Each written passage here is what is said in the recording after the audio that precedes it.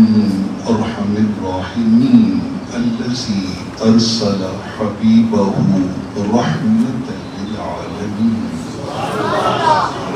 والصلاة والسلام على خاتم الأنبياء والمرسلين وعلى آله وأصحابه وآبائه وأزواجه وعترته وجميع أمته وأهل سنته أجمعين أما بعد فأعوذ بالله من الشيطان الرجيم بسم الله الرحمن الرحيم واتبع سبيل من أناب إلي ثم إلي مرجعكم فأنبئكم بما كنتم تعملون صدق الله مولانا العظيم إن الله وملائكته يصلون على النبي يا أيها الذين آمنوا صلوا عليه وسلموا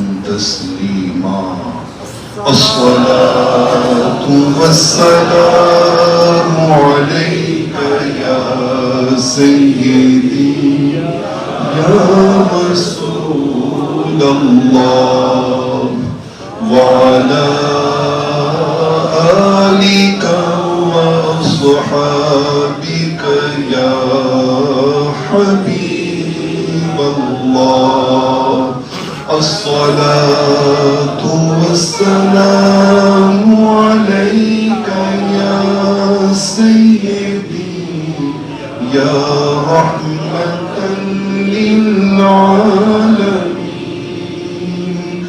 وعلى آلك وصحابك يا شفيع المذنبين.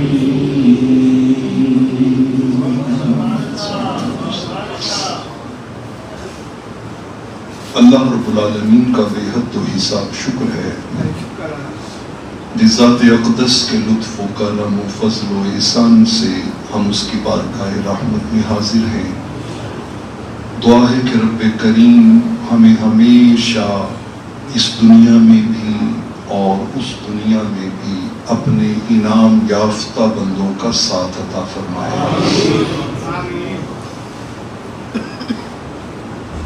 آغاز میں ہی ایک راز کی بات جان لیں کہ اس ساتھ کے بغیر راہ عدل کا مسافر بنتا ہے انسان، اور اگر یہ ساتھ نصیب ہو جائے تو فی الفور راستہ بدل جاتا ہے. اب وہ راہ عدل کا مسافر نہیں رہتا، راہ فضل کا مسافر.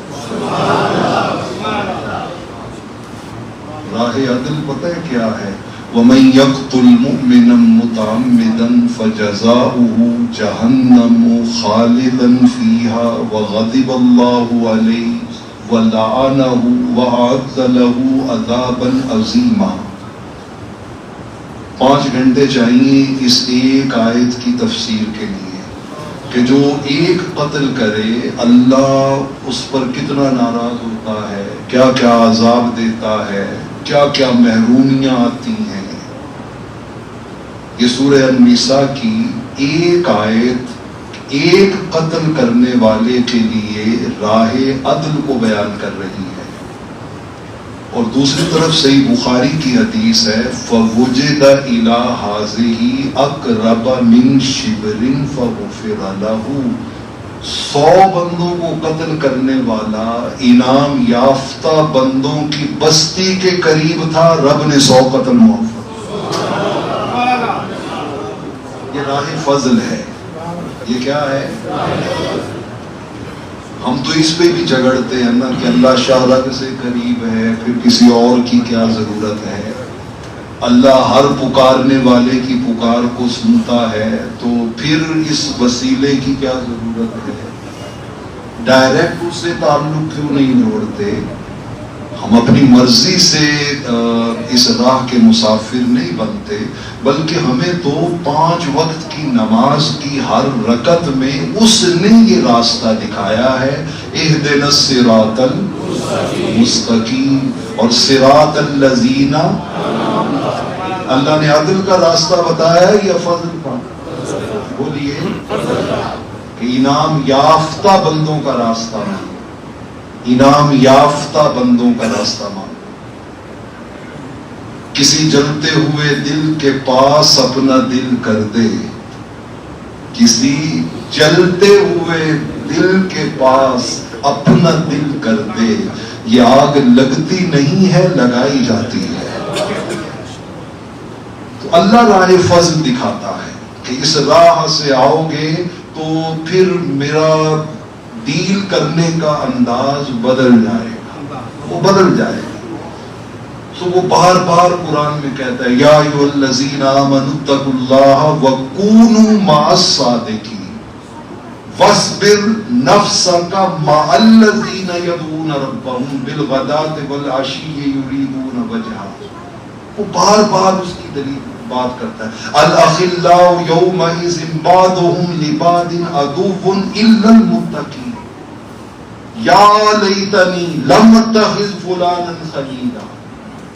آپ پڑھتے چلے جائیں تو اس میں بیسیوں نہیں سینکڑوں مقامات قرآن و حدیث کے آپ کو ملیں گے کہ انسان کی بھلائی راہ عدل میں نہیں ہے، کس میں ہے؟ راہ۔ اور ہمارے بزرگ ہمیں سادہ زبان میں یہی سکھاتے رہے، عدل کرے تھے تھر تھر کمن، اونچیاں شانہ والے، فضل کرے تھے بخشے جامن، میں ورگے منہ۔ راہ فضل کے یہ طریقے ہوتے ہیں۔ آج حضور داتا گنج بخش قدس سرہ العزیز کے عرس پاک کی آخری تقریبات جاری ہیں، اور یہ وہ ہستی ہے کہ بلا شک و شبہ کہ بر صغیر پاک و ہند میں اگر ان کو بفرض محال مائنس کر دینا تاریخ میں کہ یہ نہیں آئے یہاں پہ، تو میں اللہ کے گھر میں بیٹھ کے 30 پاروں کی قسم اٹھا کے کہہ رہا ہوں کہ ممکن ہے، عین ممکن ہے کہ شاید ہم میں سے کوئی ایک شخص بھی مسلمان نہ ہو۔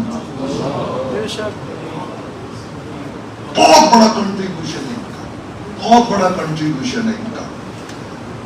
مطلب یہ اللہ کے چنیدہ لوگ ہیں جن رب ذوالجلال، اور میں نے سورہ لقمان کی آیت نمبر 15 کے آخری الفاظ آپ کے سامنے رکھے ہیں۔ رب ذوالجلال نے بھی نا اس آیت میں بھی راہ فضل کی تعلیم دی ہے۔ وَاتَّبِعْ سَبِيلَ، ہم یہ سمجھتے ہیں کہ شاید ڈائریکٹ والا عقیدہ قرآن میں ہے اور ان ڈائریکٹ والا مولوی صاحب خود سے بیان کرتے ہیں۔ میں نے آپ کے سامنے ابھی 6 7 8 آیتیں پڑھی ہیں، ساری ان ڈائریکٹ والی۔ وہ ساری کی ساری مولوی صاحب کا بیان نہیں ہے، وہ اللہ کا بیان ہے، اللہ کا حکم ہے۔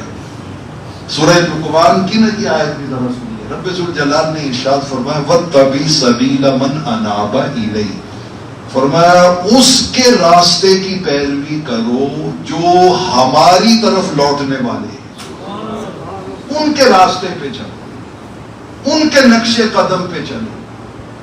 کیوں ان کے نقش قدم پہ چلو؟ کہ ان کا سایہ ایک تجلی، ان کا نقش پا چراغ، ان کا سایہ ایک تجلی، ان کا نقش پا چراغ، وہ جدھر گزرے ادھر روشنی ہوتی ہے۔ جب آپ ان کے پاس جاتے ہیں نا تو لیکن آپ کو خود روشنی کرنے کے لیے اہتمام کرنے پڑتے ہیں، اسٹرگل کرنی پڑتی ہے، کوشش کرنی پڑتی ہے، لیکن اگر آپ کسی روشنی والے کے پاس چلے جائیں تو وہ ساری اسٹرگل کیا ہوتی ہے؟ ختم ہو جاتی ہے، آپ کو ڈائریکٹ وہاں سے روشنی نصیب ہو جاتی ہے۔ یہ کوئی معاذ اللہ دو متضاد راستے نہیں ہیں، وہ راہ بھی اللہ نے بتائی ہے اور یہ راہ بھی اللہ نے بتائی ہے۔ تو حضور داتا گنج بخش علیہ الرحمہ کی عرس پاک کی تقریبات چل رہی ہیں۔ 1000 سال ہونے کو آ گیا، لیکن آج بھی لاکھوں نہیں کروڑوں دلوں میں داتا داتا دھڑکنوں کے ساتھ ساتھ چلتا ہے۔ علامہ اقبال علیہ الرحمہ کو دیکھیے، میں آج صبح نا دیکھ رہا تھا، ان کی فارسی کی کتاب ہے اسرار خودی، اس میں انہوں نے حضور داتا گنج بخش علیہ الرحمہ کو ٹریبیوٹ پیش کرتے ہوئے اچھا میں آج تک میں نے اس اینگل سے سوچا نہیں تھا، بس دیکھتے تھے کہ لمبی منقبت ہے حضور داتا گنج بخش کی جو علامہ اقبال علیہ الرحمہ نے لکھی ہے.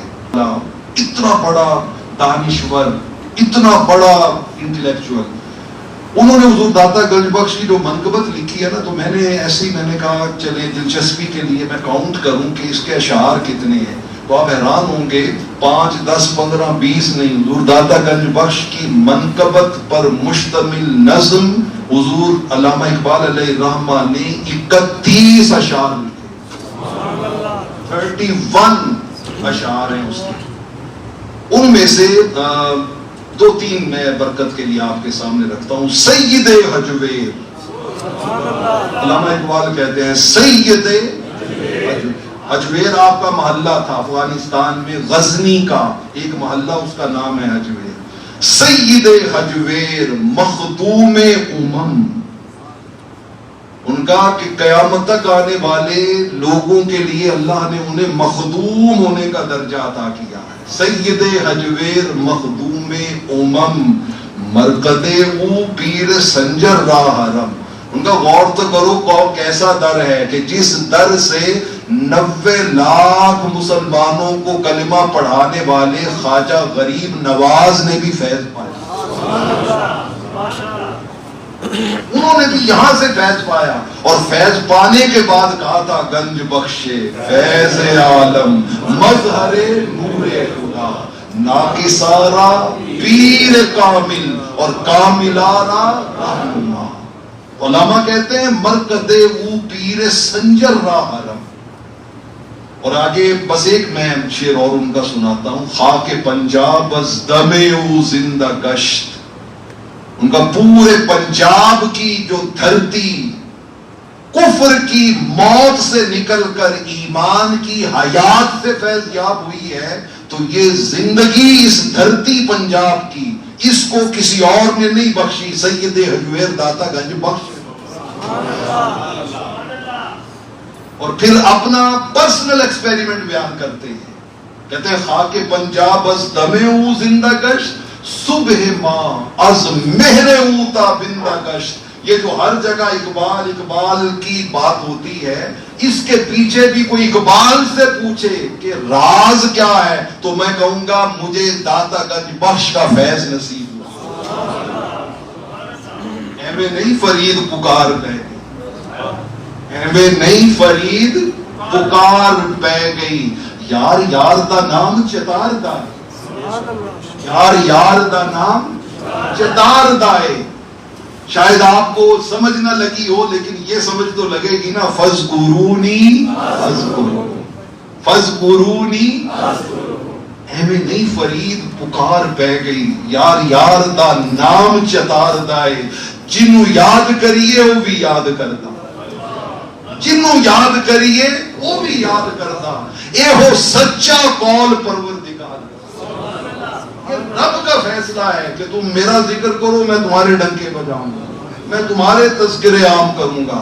اور میں یوزع لہ القبول فی الارض، صحیح مسلم کی روایت ہے کہ رب ذوالجلال پھر سینوں میں اس بندے کی قبولیت ڈال دیتا ہے. وہ رب کی ڈالی ہوئی قبولیت انسانوں کی کوششوں سے نکل نہیں سکتی. میں ابھی نا ایک دوست سے ڈسکس کر رہا تھا، میں نے کہا بچپن میں چھوٹی سی مسجد ہوتی تھی حضور داتا گنج بخش کی، اور لگتا تھا کہ رش اتنا زیادہ ہوتا ہے. پھر اتنی بڑی مسجد بن گئی اور لگتا پھر بھی ایسے ہی ہے جیسے اتنا زیادہ رش ہے. جگہ تھوڑی ہے اور بندے زیادہ، اور آپ اس کو اور ایکسپینڈ کر رہے ہیں، ایکسٹینشن ہو رہی ہے اس کی. آپ دیکھ لیجئے گا کہ جتنی اس کی ایکسٹینشن ہوتی جائے گی، اللہ کی مخلوق میں اس کی قبولیت اتنی بڑھتی چلے گی.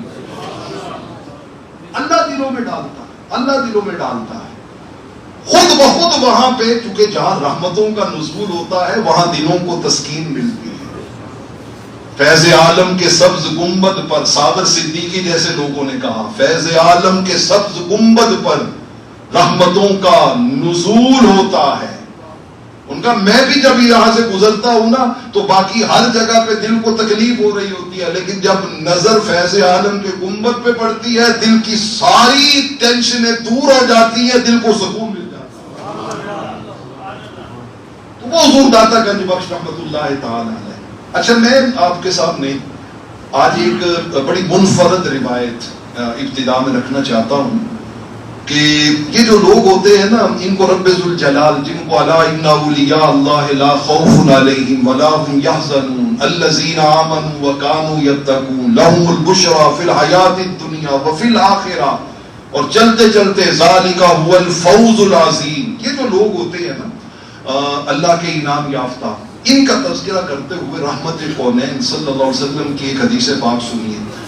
مصنف ابن ابی شیبہ میں یہ روایت ہے، باقی اور بہت سے اس کے ریفرنسز ہیں، میں وقت بچانے کے لیے ایک مضبوط ریفرنس سے آپ کے سامنے وہ حدیث رکھتا ہوں۔ اور امام ابن ابی شیبہ کون ہے؟ یہ امام بخاری کے بھی اساتذہ میں ہیں، امام مسلم کے بھی اساتذہ میں ہیں، مطلب اتنے بڑے محدث ہیں۔ امام بخاری، امام مسلم بعد میں آئے، ان سے پہلے حدیث کے بہت بڑے استاذ ہیں، بہت بڑے شیخ الحدیث۔ ان کی کتاب مصنف ابن ابی شیبہ معروف کتاب ہے، اہل علم جانتے ہیں، اور بڑی مستند کتاب ہے۔ اس میں ایک روایت موجود ہے، آقا کریم علیہ الصلوۃ والسلام نے ارشاد فرمایا کہ جنت میں نا عمود من یاقوتۃ حمراء، ایک پیلس بنا ہوا ہے جو سرخ رنگ کے یاقوت کے سنگل پلر پہ بنا ہے، سنگل پلر ہے، وہ نیچے سے یوں اوپر گیا ہے اور اس کے اوپر جا کے نا بہت ہائٹ پہ وہ پیلس بنا ہے۔ اچھا، سرخ رنگ کے یاقوت کو نا انگلش میں روبی کہتے ہیں، RUBY، روبی۔ تو میرے ذہن میں ایسے آیا کہ بچوں کی دلچسپی کے لیے اس پیلس کا اگر ہم انگلش میں ٹرانسلیشن کر رہے ہیں تو وہ روبی پیلس بنتا ہے۔ کیا ہے؟ اللہ نے اپنے ولیوں کے لیے جنت میں سرخ رنگ کے یاقوت کے پلر پر ایک روبی پیلس بنایا، روبی پیلس۔ نیچے سے ایک پلر گیا اوپر، اور اوپر جا کے فی رأس عمود 70,000 غرفۃ، رب ذوالجلال نے اس ایک پلر پہ 70,000 کمرے بنائے۔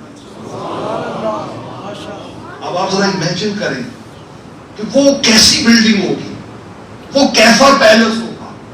فرمایا اس پیلس میں اللہ کے یہ دوست، یہ ولی، بلکہ میں اگر کہہ دوں تو آپ کا ذوق لذت پائے گا کہ وہ پیلس کن کا ہے؟ حضور داتا گنج بخش کا ہے، وہ حضور خواجہ غریب نواز کا ہے، وہ حضور سرکار غوث پاک کا ہے، وہ حضور خواجہ نظام الدین اولیاء کا ہے، وہ پیلس، وہ تاجدار گولڈا کا ہے، وہ پیلس۔ فرمایا اس میں جو اللہ کے دوست رہتے ہیں نا، عزت تلا احدہم ملا حسنہ بیوت اہل الجنت کما تملا الشمس بضوئها بیوت اہل الدنیا۔ فرمایا جیسے دنیا میں سورج نکلتا ہے نا، اور اس سورج کی روشنی سے ساری دنیا کے گھر روشن ہو جاتے ہیں، ان میں روشنی آ جاتی ہے۔ فرمایا اللہ نے جو اپنے ولیوں کا روبی پیلس بنایا ہے نا، وہاں بسنے والوں کا حال یہ ہے، اگر ان میں سے کوئی ایک، سارے نہیں، کوئی ایک دیکھے نہیں بلکہ نیچے جنت میں جھانک لے، نیچے جنت میں کیا کر لے؟ دبئی میں برج خلیفہ بنا ہوا ہے نا، اس کی ہائٹ پہ بھی رہنے والے ہوں گے، ظاہر اوپر سے دیکھتے ہوں گے تو انہیں سارا دبئی نظر آتا ہوگا۔ تو اس روبی جنت کے روبی پیلس پہ بلا تشبیہ و بلا مثال بسنے والے سارے نہیں، کوئی ایک بندہ دیکھے نہیں۔ دیکھنا اور ہوتا ہے، جھانکنا اور ہوتا ہے۔ دیکھنا تھوڑا ڈیوریشن لمبا ہوتا ہے اور جھانکنا بہت مختصر سا ہوتا ہے۔ فرمایا ایک کوئی اللہ کا ولی دوست اس میں سے جھانک لے تو جیسے زمین پر سورج سارے گھروں کو روشن کر دیتا ہے نا، ایسے ہی اس ایک کے جھانکنے کا حسن جنت کے سارے محلات کو حسن و جمال سے بھر دیتا، سارے محل بھر جاتے ہیں۔ اور وہ نیچے جو جنتی بستے ہیں نا، وہ فوراً کہتے ہیں انطلقوا بنا الیہ، مالک یہ جس ایک کے حسن سے ہمارے گھر حسن و جمال سے بھرے، ان سے ملاقات کرا دے، ان سے ملاقات کرا دے۔ اس کا مطلب ہے کہ ولیوں سے ملنے کی آرزو اسی دنیا میں نہیں ہے، جنتی بھی ولیوں سے ملنے کی آرزو کرے۔ یہ جو عرس آتا ہے نا تو آپ کے دل مچلنے لگتے ہیں کہ یار چلے داتا صاحب، چلے گولڈا شریف، چلے فلاں درگاہ پہ، چلے فلاں اللہ کے ولی کے پاس۔ اور اس کے مزار پہ بیٹھ کے جہاں اللہ کے انوار و تجلیات اترتے ہیں وہاں دعا مانگے، وہاں دل کو سکینت نصیب ہوتی ہے، اللہ کے حضور میں ان کی قربت میں بیٹھ کے فریاد کریں، وہاں پہ اللہ کا فضل و کرم زیادہ نصیب ہوتا ہے۔ یہاں پہ طریقے عدل ہے، وہاں پہ طریقے فضل ہے۔ تو یہ جو بندے کا دل کھچ کھچ کے ادھر جاتا ہے نا، یہ محض اس دنیا کی بات نہیں ہے، یہ جنتیوں کی بھی تمنا ہوگی۔ وہ کہیں گے مالک ان سے ملاقات کرا دے، اللہ فرمائیں گے کراتے ہیں ملاقات۔ اچھا ان کی ملاقات کرائی جائے گی سارے جنتیوں سے، اللہ اپنے یاروں کی ملاقات کرائے گا۔ جب ملاقات ہوگی نا تو طویل حدیث ہے، میں اس کے چند حصے آپ کے سامنے رکھتا ہوں۔ فرمایا کہ اس ملاقات میں وہ ان کو دیکھیں گے تو ایک تو دیکھیں گے کہ انہوں نے سبز رنگ کے کپڑے پہنے ہوئے، سبز رنگ کے، اور ان میں سے ہر شخص کا چہرہ 14ویں کے چاند کی طرح روشن ہے۔ وجوہہم کالقمر مثل لیلۃ البدر، ان کا چہرہ 14ویں کے چاند کی طرح روشن ہے۔ اور تیسرا جو سب سے عام بات ہے، فرمایا مکتوب علی جباہہم ہؤلاء المتحابون فی اللہ، اور ان کے ماتھوں پہ نور کے ساتھ لکھا ہوگا کہ ان کو روبی پیرس پتہ ہے کیوں ملا ہے؟ یہ وہ لوگ ہیں جو رب کے بندوں سے رب کی رضا کے لیے پیار کرتے ہیں۔ یا اللہ کے بندوں سے اللہ کی رضا کے لیے کیا کرتے تھے؟ کوئی ذاتی مقصد نہیں، کوئی کاروبار نہیں ہے، کوئی اس کے ساتھ ڈیل نہیں ہے، کوئی رشتہ داری نہیں ہے، کوئی بلڈ ریلیشن نہیں ہے، بندے سے پیار ہو رہا ہے۔ کس لیے؟ کہ یہ میرے اللہ کا بندہ ہے، یہ میرے اللہ کی مخلوق ہے۔ فرمایا جو رب کے بندوں سے رب کے لیے پیار کرتے ہیں نا، یہ عمل ایسا عمل ہے جو بندے کو رب کا دوست بنا دیتا ہے، رب کا دوست بنا دیتا ہے، اور پھر قیامت والے دن جنت میں انہیں روبی پیلس میں پہنچا دیتا ہے۔ یہ اتنا بڑا عمل ہے۔ اور میں بہت عاجزی اور انکساری سے تھوڑی سی ہمت کرتے ہوئے آپ کے سامنے ایک بات کرنے جا رہا ہوں کہ میں نے اپنی چھوٹی سی علمی زندگی میں جتنا بھی قرآن و حدیث کو پڑھا ہے نا، خدا کی قسم میں نے اس سے ایک ہی نتیجہ نکالا ہے، ایک ہی نتیجہ نکالا ہے، اور وہ اس میں میرا کوئی اس میں عمل دخل نہیں ہے، وہ ہمارے بزرگوں کے حالات زندگی پڑھ کے ہی نکالا ہے۔ کیا نتیجہ؟ نماز، روزہ، زکوٰۃ، حج، طواف، عبادت، یہ ساری چیزیں اپنی جگہ پہ بہت اہم ہیں، ان کی بڑی شان ہے، ان کے بڑے فیوز و برکات ہیں، ان کی بڑی تجلیات ہے، لیکن رب کی عزت کی قسم جتنا رب کو اس عمل سے پیار ہے نا کہ رب کے لیے رب کے بندوں سے پیار کرنا، اتنا اجر کسی اور عمل میں مجھے نظر نہیں۔ حضور غوث الثقلین سے کسی نے پوچھا، سرکار آپ نے ساری زندگی اتنی ریاضتیں، اتنی عبادتیں، اتنے مجاہدے کیے، تو اگر آپ سے کہا جائے کہ کوئی ایک عمل ایسا بتائیں جسے آپ نے سب سے زیادہ تیر بہادر پایا ہو، اکسیر پایا ہو، جسے بہت زیادہ مقبول پایا ہو، تو ہمیں وہ عمل بتا دیں۔ تو حضور غوث الثقلین کا ذرا جواب سنیے، انہوں نے کہا میں نے فتشت الاعمال کلھا، میں نے سارے اعمال کا انالیسس کیا، ان کا ایکسپیرینس کیا، ان میں سے گزرا، ان کی برکات دیکھی، ان کے فوائد دیکھے، لیکن خدا کی قسم جتنا فیض میں نے بھوکوں کو کھانا کھلانے کے عمل میں دیکھا کسی اور عمل میں نہیں۔ کتنا بڑا عمل ہے، کتنا بڑا عمل ہے دوستان محترم، اور یہی عمل ہماری زندگی سے خارج ہے، اسی عمل کے ساتھ ہمارا کوئی لینا دینا نہیں۔ حضور داتا گنج بخش علیہ السلام 400 ہجری میں پیدا ہوئے، 465 ہجری میں آپ کا وصال ہوا ہے، اور وہ اپنی کتاب کشف المحجوب میں نا ایک بزرگ کا ذکر لائے ہیں انعام یافتہ بندوں میں سے، جن کا نام ہے شیخ حاتم بلخی۔ افغانستان میں آج بھی وہ ایک قصبہ ہے، لیکن کسی دور میں اس کی امپورٹنس یہی تھی جیسے لاہور ہے، کراچی ہے، اسلام آباد ہے، بلکہ اس کو اس دور میں ام البلاد کہتے تھے، شہروں کی ماں، مرکز تھا وہ علم کا، تصوف کا، معرفت کا، اولیاء اللہ کا، بڑے بڑے اجل اولیاء وہ اس بل کے علاقے سے تعلق، ابراہیم بن ادم جیسے، شقیق بلخی جیسے، اور یہ شیخ حاتم الاسم البلخی، ان کا تعلق بھی اسی سے ہے، آج بھی وہ قصبہ افغانستان میں موجود ہے۔ حضور داتا گنج بخش کا وصال ہوا 465 ہجری میں، اور جس بزرگ کا وہ اپنی کتاب میں تذکرہ لائے ہیں ان کا وصال ہوا ہے 237 ہجری میں۔ یعنی ان کے وصال سے بھی 200-250 سال پہلے کے بزرگ ہیں، شیخ حاتم الاسم بہت بڑے بزرگ ہیں۔ اچھا، ان بزرگوں کے حالات جاننے کا فائدہ پتہ کیا ہوتا ہے؟ یہ سمندر کو کوزے میں بند کرتے ہیں، یہ سمندر کو کوزے میں بند کرتے ہیں۔ یہ راز کی باتیں ہماری بولی میں ہمیں بڑی آسانی سے سمجھا دیتے ہیں۔ مطلب میں ان کا ایک قول آپ کے سامنے رکھتا ہوں، شیخ حاتم الاسم کا رسالہ کشیریہ میں ابو القاسم کشیری لے کے آئے۔ وہ کہتے ہیں کہ ما من صباح الا والشیطان یقول لی، ان کا ڈیلی صبح صبح نا شیطان میرے اوپر حملہ آور ہوتا ہے، وسوسہ ڈالتا ہے اور آ کے مجھ سے 3 سوال پوچھتا ہے، اور میں اسے ان 3 سوالوں کے 3 ہی جواب دیتا ہوں، اور جب وہ جواب سنتا ہے تو پھر سارا دن اسے واپس آنے کی ضرورت نہیں ہوتی، لیکن اگلے دن پھر آ جاتا ہے، پھر میں وہی جواب دیتا ہوں، کیونکہ دشمن ہے نا، ان الشیطان لکم عدو مبین، وہ دشمن سے ڈیل کرنے کا گر سکھاتے ہیں۔ ان کا ڈیلی آ کے نا وہ مجھے ایک سوال پوچھتا ہے، ماذا تاکل، حاتم آج کھاؤ گے کیا؟ ماذا تلبس، حاتم آج پہنو گے کیا؟ مطلب دنیا کی طرف راغب کرتا ہے، دنیا کی طرف، آج پہنو گے کیا؟ اینا تسکن، رہو گے کہاں؟ ہمارے بیوی بچے کہاں رہیں گے؟ تو کوئی اس کے لیے پلان کرو، کوئی اس کے لیے دنیا کی طرف آؤ۔ تو ڈیلی آ کے نا مجھ سے وہ 3 یہ سوال کرتا ہے، کہتا ہے میں اسے ڈیلی جواب دیتا ہوں۔ جب وہ کہتا ہے نا کھاؤ گے کیا، میں کہتا ہوں آکل الموت، موت کھاؤں گا، موت کھاؤں گا۔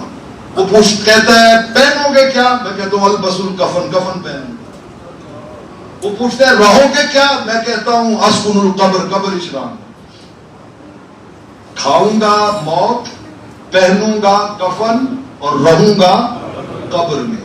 یہ ذرا یہ بہت بڑا سبق ہے، بہت بڑا سبق۔ میں آگے حدیث سناتا ہوں آپ کو۔ یہ وہ سبق ہے جسے ہم بھول بیٹھے۔ جنازہ راہبری کرتا ہے پیچھے چلنے والوں کی، جنازہ راہبری کرتا ہے پیچھے چلنے والوں کی، انہیں وہ راستہ دکھاتا ہے جسے وہ بھول بیٹھے ہیں۔ یہ وہ بھولا ہوا سبق ہے۔ یہ 3 باتیں یاد کر رہے کہ کھاؤں گا موت، پہنوں گا کفن، رہوں گا قبر میں۔ وہ کہتے ہیں پھر اس کے بعد پورا دن اس کو جرأت نہیں ہوتی میرے سامنے آنے کی۔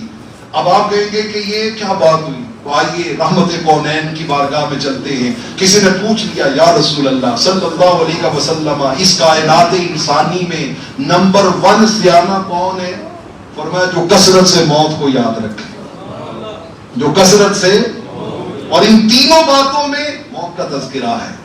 کھاؤں گا موت، پہنوں گا کفن اور رہوں گا قبر۔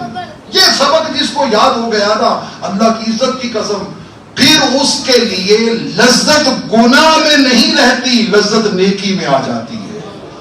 پھر اس کے لیے مشکل نیکی نہیں رہتی، مشکل گناہ بن جاتا ہے۔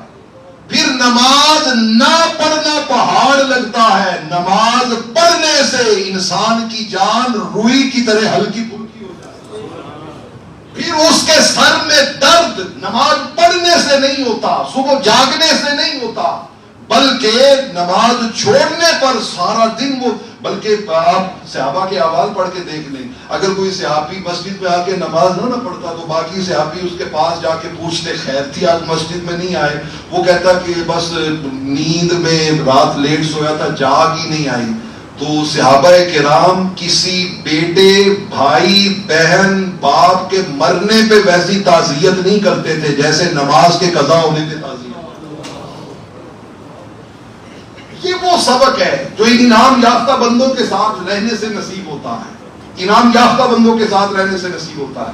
دوستان محترم، حضور داتا گنج بخش کشف المعجوم میں بیان کرتے کرتے کہتے ہیں کہ شیخ حاتم الاسم نے کہا کہ میں نے پوری زندگی قرآن پڑھا، حدیث پڑھی، بڑے بڑے اجل اولیاء شیخ شقیق بلخی جیسے ان کی صحبتوں میں رہا، ان کا میں نے پورے دین کا خلاصہ 4 باتیں نکالی ہیں۔ کتنی باتیں؟ 4 باتیں۔ ان کا سارے علوم، اگر آپ یہ 4 باتیں یاد کر لینا تو آپ ان سارے علوم سے بے نیاز ہو جائیں گے۔ 4 باتیں تو بچہ بھی یاد کر لیتا ہے، میں آپ کیوں نہیں یاد کر سکتے؟ میں آپ کیوں نہیں یاد کر سکتے؟ ذرا غور کیجئے۔ پہلی بات ان کا علمت ان رزقی لا یاکلہ غیری فاطمئنت بہ نفسی، ان کا مجھے یہ یقین ہو گیا ہے کہ جو میرا رزق ہے نا وہ کوئی اور نہیں کھا سکتا، جو اللہ نے میرا رزق لکھا ہوا ہے نا، رازق کون ہے؟ جو میرا رزق ہے نا، وہ میں چلاکیاں کروں یا نہ کروں، وہ میں حلال راہ پہ چلوں یا حرام راہ پہ چلوں، میرا لکھا ہوا رزق. اور وہ کب اللہ نے لکھا تھا؟ صحیح مسلم کی حدیث ہے کہ ابھی بیٹا ماں کے پیٹ میں رحم مادر میں 4 ماہ کا ہوتا ہے، اللہ ڈیسائیڈ کر دیتا ہے اس کو اتنا رزق دینا ہے. اب نہ اس نے بڑھنا ہے نہ اس نے کم ہونا ہے. تو فرمایا جب مجھے یقین ہو گیا نا کہ میرا رزق میرے علاوہ کوئی اور کھا نہیں سکتا، میں مطمئن ہو گیا کہ اب مجھے اس میں طمع کرنے کی، ہرس کرنے کی، حسد کرنے کی، حرام راستے اڈاپٹ کرنے کی کوئی ضرورت نہیں ہے. جو اللہ نے میرا لکھ دیا ہوا ہے وہ مجھے ہر صورت میں کیا ہونا ہے؟ مل کے رہنا. وہ مجھے مل کے رہنا. تو میں مطمئن ہو گیا، میں مطمئن ہوں. ایک حدیث پاک ساتھ میں ذرا اس کے جوڑیے تو آپ کو اس بات کا اور یقین نصیب ہوگا.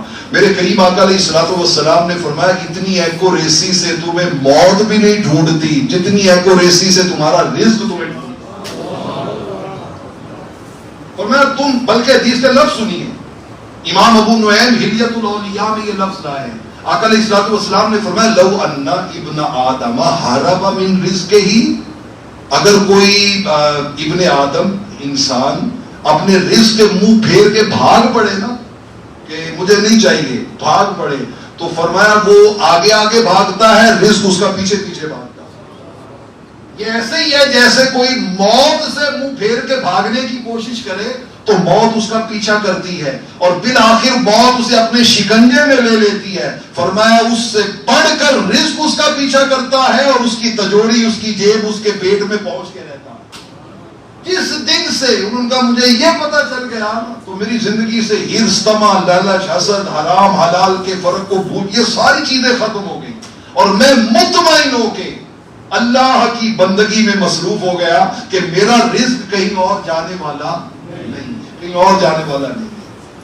میں اسی چونکہ وقت ہو گیا ایک اور حدیث اس کے ساتھ جوڑ کے بقیہ 3 باتیں انشاءاللہ پھر کسی موقع پہ ہم ان کو موضوع سخن بنائیں گے. میرے کریم آقا علیہ الصلوۃ والسلام نے ایک حدیث پاک میں فرمایا، اور یہ تفسیر ابن کثیر میں، تفسیر طبری میں، قرطبی میں، ساری تفاسیر میں روایت موجود ہے. حضرت حسن بصری رضی اللہ تعالیٰ عنہ حدیث کے راوی ہیں. وہ کہتے ہیں رحمت کونین صلی اللہ علیہ وآلہ وسلم نے ارشاد فرمایا کہ آقا علیہ الصلوۃ والسلام نے نا بڑے سخت الفاظ فرمائے. فرمایا قاتل اللہ اقواما، اللہ اس قوم کو ہلاک کر دے، ہلاک کر دے.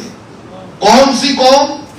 فرمایا وہ قوم جس کو یقین دلانے کے لیے رب نے قسم اٹھائی مگر اسے یقین پھر نہیں آیا. اللہ نے قسم اٹھائی مگر یقین اس کو، سورہ زاریات اٹھائیے، کیا قسم اٹھائی؟ رب ذوالجلال نے فرمایا فَوَرَبِّ السَّمَاءِ وَالْأَرْضِ إِنَّهُ لَحَقٌّ مِثْلَ مَا أَنَّكُمْ تَنْطِقُونَ. فرمایا جیسے تم اپنی زبان سے کوئی لفظ نکالتے ہو نا اور تمہیں یقین ہوتا ہے کہ جو میں کہہ رہا ہوں یہی ہے، تمہیں اپنی بات پہ 100% کنفرمیشن ہوتی ہے کہ یہ بات وہی ہے جو میں کہہ رہا ہوں. فرمایا اس رب کی قسم، رب کہہ رہا ہے، اس رب کی قسم جو آسمانوں کا رب ہے، جو زمین کا رب ہے، بندوں میری بات کا یقین کرنا، میں قسم اٹھا کے کہہ رہا ہوں، میں قسم اٹھا کے کہہ رہا ہوں، میں قسم اٹھا کے کہہ رہا ہوں، تمہارا رزق زمین پر نہیں ہے، وَفِي السَّمَاءِ رِزْقُكُمْ، تمہارا رزق آسمان میں، وہ اس کے دست قدرت میں ہے، وہ اس کی شان رزاقیت ہے. یبسط الرزق لمن یشاء ویقدر، جس کو چاہے کھلا رزق عطا کر دے اور جس کو چاہے اس کے رزق کو تنگ کر دے. حکمتیں وہ بہتر جانتا ہے. تمہارا یقین کیا ہونا چاہیے؟ میرے لیے رزق کی وسعت ہے تو شکر الحمدللہ، میں اس کو نعمت بناؤں، زحمت نہ بناؤں. اللہ نے میرے لیے رزق کی تنگی رکھی ہے تو میں اس کو بھی اپنے لیے رحمت بناؤں، زحمت نہ بناؤں. جو رب کی تقسیم پہ راضی ہو جاتا ہے نا، سمجھ لیں یہی زندگی کا امتحان ہے، یہی زندگی کا امتحان ہے. قدمان بیگانی چیز ہوتے ہر قدم سنبھل کے چا سجنا، قدمان بیگانی چیز ہوتے ہر قدم سنبھل کے چا سجنا. بتا دوجا سا نہ آوے نہ رب دی یاد پلا سجنا، اکو حال امیر غریباں دے اور ملے کفن بھی نال نصیباں دے. اکو حال امیر غریباں دے ملے کفن بھی نال نصیباں دے. جڑے سیج پھلا تے سوندے سن ستے خاک تے ڈیرے لا سجنا. دل دنیا نال تو لا بیٹھا ہے وہ کہ غافل موت پلا بیٹھا ہے. وہ کبھی سوچتا صحیح اس دنیا نے کیتی کس نے نال وفا سجنا. اس رب کی بارگاہ کی طرف پلٹ آئے جس نے پیدا کیا ہے, جس نے شرف انسانی بخشا ہے, جس نے ہمیں نعمتوں سے نوازا ہے, اور جس نے ایک ہی تقاضا کیا ہے کہ اے میرے بندے ساری کائنات تیرے لیے ہے اور تو میرے لیے ہے. ہمارے لیے اسی کے لیے وقت نہیں ہے. رب ذوالجلال کے سنن ترمذی کے اس فیصلے پہ میں اجازت دیتا ہوں. سنن ترمذی کی روایت ہے, اللہ نے فرمایا تفرغ لعبادتی, اے بندے جس مقصد کے لیے تجھے پیدا کیا ہے نا اپنے لیے, تو میرے لیے وقت نکال, میرے لیے وقت نکال, تو میرے لیے وقت نکال. میں تیرے کام تیرے ذمے نہیں رہنے دوں گا, اپنے ذمے لے لوں گا. تو تھوڑی ایفرٹ کرے گا سارے کام ہو جائیں گے. میرے لیے وقت نکال. اور فرمایا اگر نہیں یہ سودا پسند تو کر لے اپنی مرضی, پھر میں تیرے ہاتھ کاموں سے بھر دوں گا, تیرے کام تیرے ہاتھ کاموں سے بھر دوں گا. املؤ یدیک شغلا, تیرے ہاتھ کاموں سے, پھر صبح بھی کام, دوپہر کو بھی کام, شام کو بھی کام, ادھر آنا ہے ادھر جانا ہے, انہوں دینا ہے اتھوں لینا ہے, کرنا ہے وہ کرنا ہے. اور میں تیرے ہاتھ کاموں سے بھر دوں گا, لیکن تیرا فقر, تیری محتاجی, تیری فقیری پھر بھی ختم نہیں ہو. آج اس دور فتن میں یہ بڑا سادہ سا نسخہ ہے, اور اللہ کی عزت کی قسم میں کیا میری اوقات کیا, لیکن 1% 2% اس حدیث پہ میں نے جو عمل کر کے دیکھا ہے, اتنی ایفرٹ اتنی نعمت ہے, اتنی نعمت ہے, اتنی سی ایفرٹ اور اتنی بڑی کرم نوازی, اتنی بڑی. یار 70 ماؤں سے زیادہ پیار کرتا, محاورے کے طور پہ بولتے ہیں. خدا کی قسم میرا ایمان یہ ہے کائنات کی کھربوں ساری مائیں ایک طرف اکٹھی کر لو, میرا رب ان کھربوں ماؤں سے بھی زیادہ ہم سے پیار کرتا ہے. فیل تو کرے, اس پیار کو محسوس تو کرے. پچھلی رات کو اٹھ کے اس کے سامنے سر کو جھکائے تو صحیح, اس سے بات تو کرے, اسے دکھڑا سنائے تو صحیح, اس سے ہم کلام تو ہو, مناجات کی لذت کو سیکھے تو صحیح. کوئی قابل ہو تو ہم شان کہی دیتے ہیں, کوئی قابل ہو تو ہم شان کہی دیتے ہیں, مانگنے والوں کو دنیا بھی نہیں دیتے ہیں. اللہ کے حضور میں پلٹ کے دیکھے تو صحیح. وہ کہتا ہے پھر میں تمہاری تھوڑی ایفرٹ میں بہت زیادہ نتیجے شامل کر دوں گا, اور اگر مجھ سے وہ چھوڑ کے کر لو دنیا میں ایفرٹ, تمہاری اتنی ایفرٹس کی ساری, پھر بھی کوئی پوچھے گا وہ یار کی دسیے پوری نہیں پہنتی, پوری نہیں پہنتی.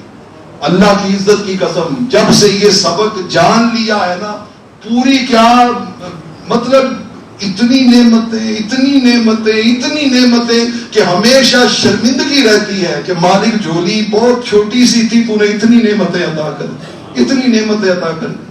میں نے آگے بھی آپ سے ایک دفعہ شیئر کی تھی بات کہ میں بچپن میں میری زبان میں لکنت تھی, مجھ سے تو لفظ بھی صحیح نہیں بولے جاتے تھے, لفظ بھی صحیح نہیں بولے جاتے تھے.